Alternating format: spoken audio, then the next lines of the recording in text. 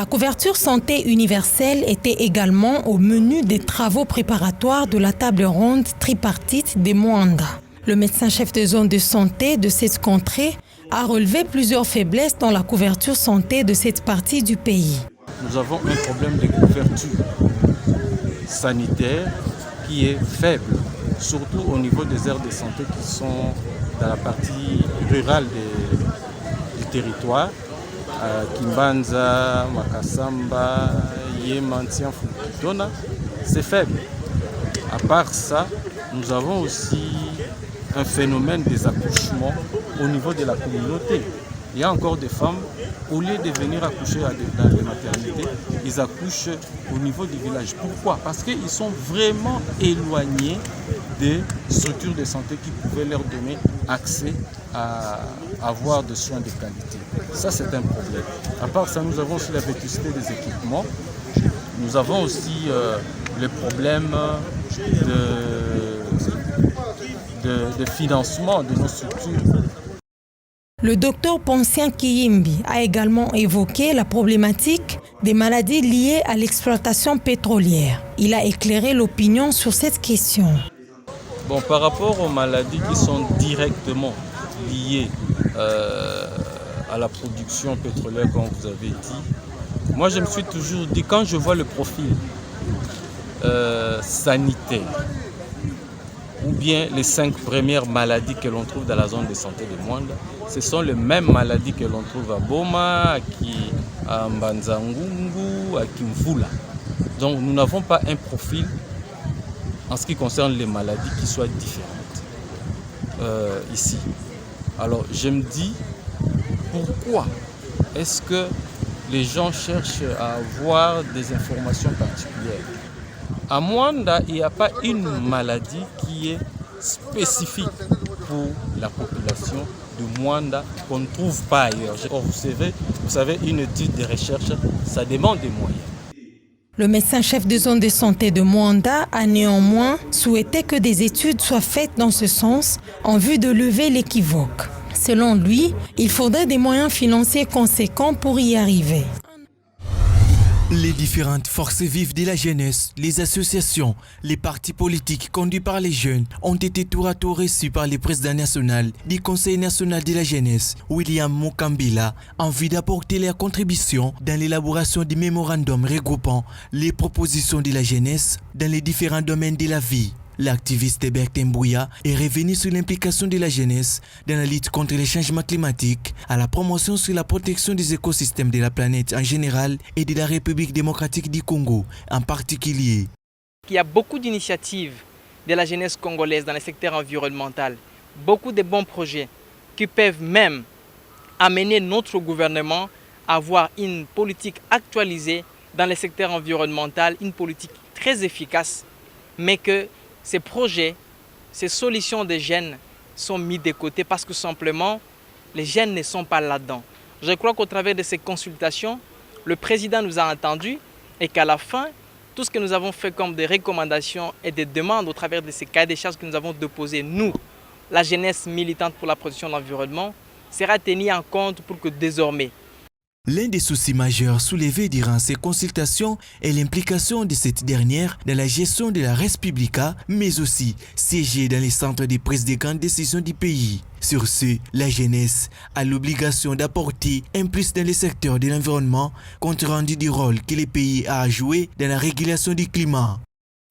Nous faisons beaucoup de plaidoyers, mais ces plaidoyers qui semblent parfois être dans des oubliettes.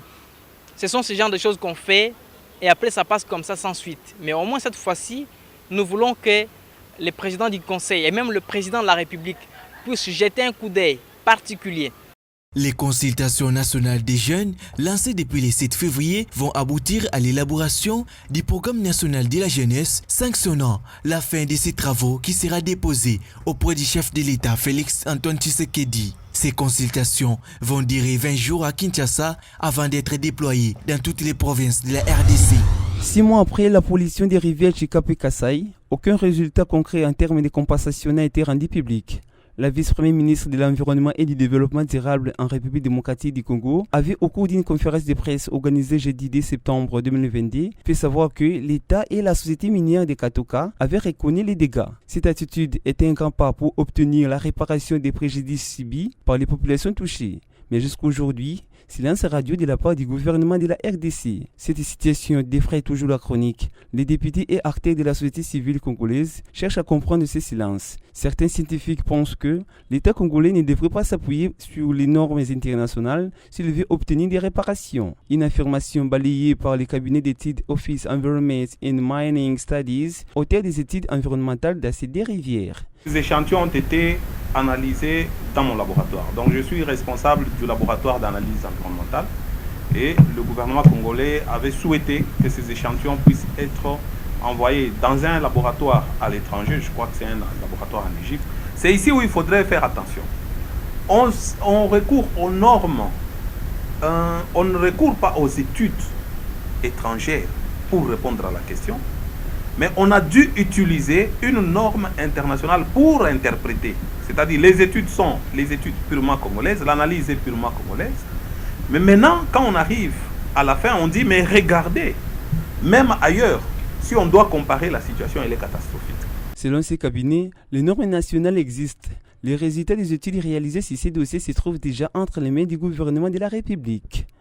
Nous avons rendu les résultats à celui qui nous les a demandés, c'est la VPM qui a demandé les résultats.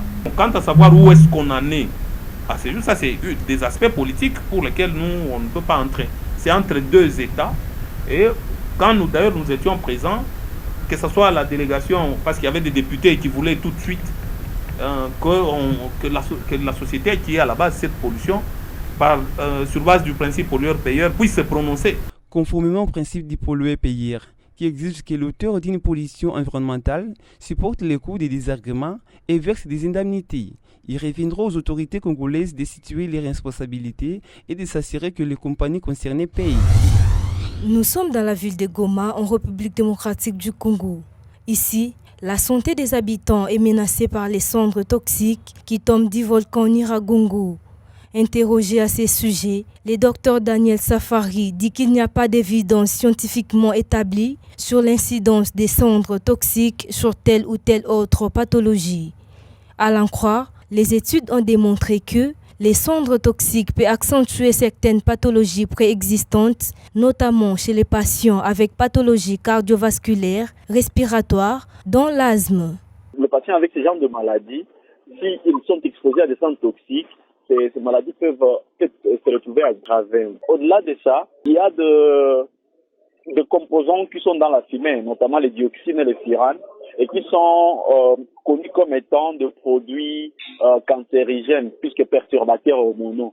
Et donc, dans ce contexte-là, il faut normalement éloigner les patients, les habitants, la population, des zones qui sont d'office polluées. Il a par ailleurs formulé quelques recommandations pour mettre la population à l'abri de toutes ces maladies. Les cas échéants, il faut encourager le port des masques avec filtre. Cela permettrait de purifier l'air et d'améliorer la qualité de l'air. Mais au-delà de ça, il faut aussi essayer de planter des arbres qui vont jouer sur la purification naturelle de l'air sans pour autant demander des frais complémentaires. Mais après tout, il faut aussi penser à créer des centres de gestion des déchets. L'Observatoire volcanologique de Goma a pour sa part exhorté la population locale à observer des mesures d'hygiène notamment. L'Observatoire volcanologique de Goma a pour sa part exhorté la population locale à observer des mesures d'hygiène notamment, de porter les masques et d'éviter de boire de l'eau des pluies. L'année passée, 32 personnes sont mortes brûlées ou asphyxiées à Goma lors de l'éruption du volcan Nyiragongo. En République démocratique du Congo, les autorités tirent la sonnette d'alarme. De nombreux immeubles en étage ont été construits en violation des normes urbanistiques et constituent un danger public. L'expert en urbanisme et habitat parle des constructions anarchiques qui ont un impact sur les enjeux environnementaux. D'après lui, les dangers sont nombreux. D'où la nécessité de revoir avec les autorités comment y remédier. Vous savez, il y a des principes, des stratégies et des contextes à respecter pour qu'on puisse parler de Kinshasa, une ville durable. Vous savez, la ville de Kinshasa a énormément de problèmes sur le plan urbain. Et ici à Kinshasa, il y a tellement de constructions anarchiques. Il y en a ceux-là qui construisent les bâtisses, les maisons sur les collecteurs, sur les caniveaux. C'est un sérieux problème. Vous allez comprendre que dans notre pays, nous avons un sérieux problème de logements sociaux. La population est en train de souffrir par rapport à cela. Lorsque vous allez sillonner la ville de Kinshasa, sur 99 bâtisses ou constructions, vous allez trouver 87 inachevées. Parce que la population est dans une pauvreté accrue vraiment aiguë. Alors pour que le gouverneur de la ville de Kinshasa puisse réussir dans ses démarches par rapport à l'urbanisation de la ville, il faut qu'il y ait, n'est-ce pas, des instructions fermes dans ce secteur. Autre constat, les réseaux de canalisation des eaux usées n'existaient pas dans plusieurs quartiers avec comme conséquence les ruissellements sauvages de ces eaux issues des ménages et des pluies. Ces spécialistes de l'aménagement des villes citent quelques dangers liés au non-respect de l'urbanisme et donnent quelques conséquences qui peuvent arriver. En ce qui concerne les constructions anarchiques, c'est un fléau. Moi, je peux appeler cela fléau. Pourquoi? Parce que dans notre ville de Kinshasa, nous avons beaucoup de constructions anarchiques. Et pour qu'on puisse, n'est-ce pas, parler des dangers, il faut d'abord chercher à remédier pour qu'il n'y ait pas de dangers. Et les dangers sont énormes. Il y aura l'écoulement de maisons après la pluie. Il y aura, n'est-ce pas, les cas de morts d'hommes. Parce que lorsqu'il y a quand même l'écoulement, ça peut emporter la population. Avant, par exemple, de lotir un terrain ou de vendre des parcelles, il faut associer les urbanismes ainsi que les amis des affaires foncières.